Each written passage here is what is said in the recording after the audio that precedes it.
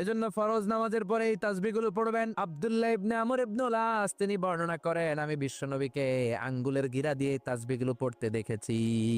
রাআইতুন নাবিয়্যা সাল্লাল্লাহু আলাইহি ওয়াসাল্লাম ইয়াকিদু তাসবিহা বিয়ামিনি, আমি বিশ্বনবীর ডান হাতের আঙ্গুলের গিরায় এই তাসবিহগুলোকে পড়তে দেখেছি। পড়তে রাজি আছেন? ডান হাত তুলেন, এই আঙ্গুলের করের মধ্যে এইভাবে রাখেন, এইভাবে রেখে নামাজের পরেই সুবহানাল্লাহ আলহামদুলিল্লাহ পড়তে রাজি আছেন? সুবহানাল্লাহ 33 বার, আলহামদুলিল্লাহ 33 বার, আল্লাহু আকবার 33 বার পড়তে রাজি আছেন সবাই? আল্লাহ তুমি কবুল করো। ফরজ সালাতের পরে আমরা মুনাজাত দেওয়ার জন্য পাগল হয়ে যাই। আসসালামু আলাইকুম ওয়া রাহমাতুল্লাহ, আসসালামু আলাইকুম ওয়া রাহমাতুল্লাহ, আমিন ইয়া আরহামার রাহিমিন। আসনা নাই, সামদুল্লাহ মনে নাই। কিন্তু বিশ্বনবী সালাম ফেরানোর পরে সর্বপ্রথম যে আওয়াজটা করতেন সেটা হচ্ছে আল্লাহু আকবার। এরপর 3 বার পড়তেন আস্তাগফিরুল্লাহ, আস্তাগফিরুল্লাহ, আস্তাগফিরুল্লাহ। এরপর আয়াতুল কুরসি একবার, কয়বার? মান ক্বারা আয়াতুল কুরসি দুবুরা কুল্লি সালাতিন মাকতুবা লাম ইয়ামনাহু মিন দুখুলিল জান্নাতি ইল্লাল মাউত। প্রত্যেক ফরজ সালাতের পরে যে একবার আয়াতুল কুরসি পড়ে তার জান্নাতে ঢোকার ক্ষেত্রে আর কোনো বাধা থাকে না,